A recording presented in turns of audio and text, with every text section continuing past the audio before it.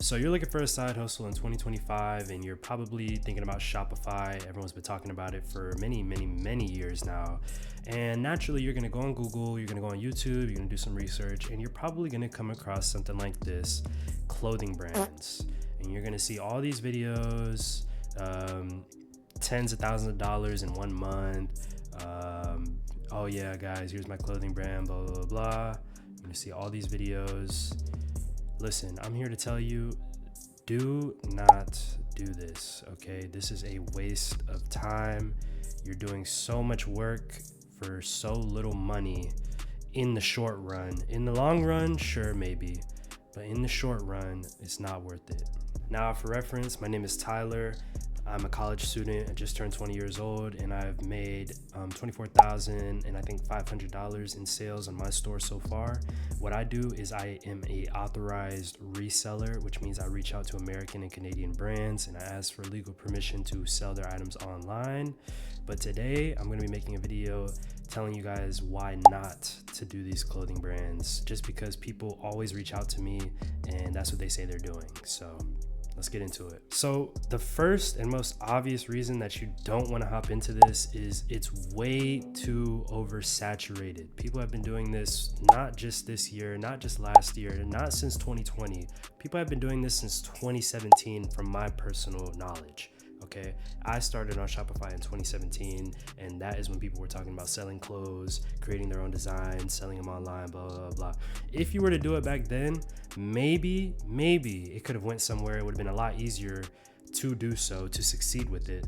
But nowadays, you don't want to do it. Everyone and their mom is doing it. I'm telling you, it's not worth it. Do not hop in a market that is oversaturated. You're going to have way too much competition, and you just don't want that when you're starting out, especially if you don't already have an audience or already have experience on Shopify.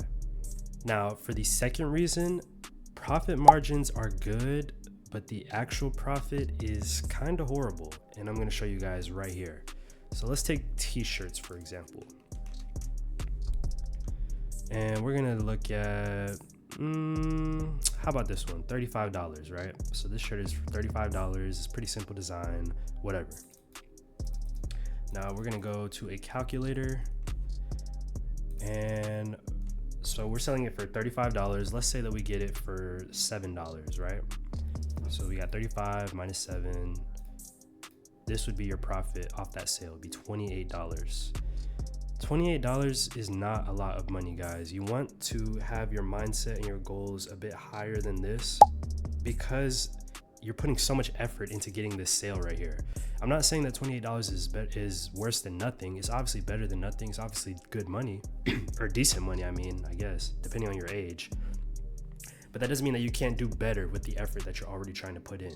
You get what I'm saying? And the reason I said profit margins are good, but the actual profit is bad, is because this is the actual profit. This is the take home. So you would get $28 in your pocket, which is not that good. But if you look at the profit margin, so you do 28 over the original price of 35, your profit margin would be 80%. 80% is a crazy profit margin. Like if we look at what is a good profit margin, 10% is a good profit margin. So imagine making 80% profit, right? That sounds amazing. But when it's 80% of $35, then it's not that amazing. So try to shoot for higher ticket items, which is what I do. And I highlight this more in other videos. Make sure you go check out some of the other videos I have posted on this channel. And make sure you follow me on TikTok, where I give more details about what I do. And you can message me on literally TikTok, Instagram, or Discord, and I will teach you one-on-one how to do what I'm doing. But let's get back into it. All right, so the third reason that you should not start a clothing brand in 2025 is your designs have to be extremely creative and people have to actually like them. Now, you would think that this would be common sense, but it's clearly not. I mean, you've probably seen so many videos of these streamers and YouTubers that literally get like sent so much clothing items from their fans, and they just have to throw it all to the side because it's trash. Nobody likes it. Nobody will spend money on it, blah, blah, blah, blah. If you are not an artistic person, you can't design anything. Like, you just have never been that. You don't have a knack for art. don't sell clothes. Like, why are you selling clothes? You know, because fashion is its own niche, it's its own thing. Now, I'm not saying that you have to be a fashionista to succeed at something like that, but you have to have the mindset and the thinking power to be able to keep up with other people who are better at that than you are, right? Like, I'm selling in the kitchen appliance niche. I don't know anything about kitchen appliances. I don't know anything about kitchens or houses, but I'm a logical thinker. I can easily identify my target market. I can deal with numbers, so it's easy for me to keep stock of items. I have really good customer service, a lot of patience, so I can deal with machines breaking down all the time and people complaining. That's my skill set. I understand what I'm good at. If I was good at art, then I would maybe try to get into designing something. All right, so just don't step foot into that if that's not you. Now, the fourth thing that I wanted to bring up was inventory. Shipping and handling is very, very tough in this niche. Selling clothes means you're gonna have to have a lot of packages.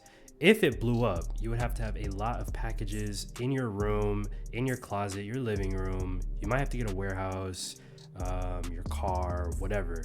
You have all these packages to deal with. You got to print all those labels. You got to pack all those labels onto the freaking packages.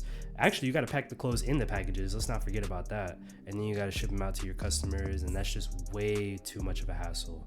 Way too much. Save yourself the time. Adopt an actual drop shipping model so that you don't have to go through all that. Have it sent straight to their residence, okay? Number 5 is sizing. Having to deal with sizes online just creates a lot more room for discomfort, a lot more room for complaint. So you're gonna have a lot of customers that complain to you, say, oh, this is the wrong size, oh, this size did not fit me as well as I thought it would. Can I get a return, a refund, blah, blah, blah. If you're not the type that's ready to deal with a lot of I like to call that post-purchase customer service. So that means that you've already got them in and out the door of your store, and they've sent out, they paid you your money, you gave them their clothes, everything is good, blah, blah, blah. If you are not the type to deal with people that will come back and complain, then do not hop into that niche.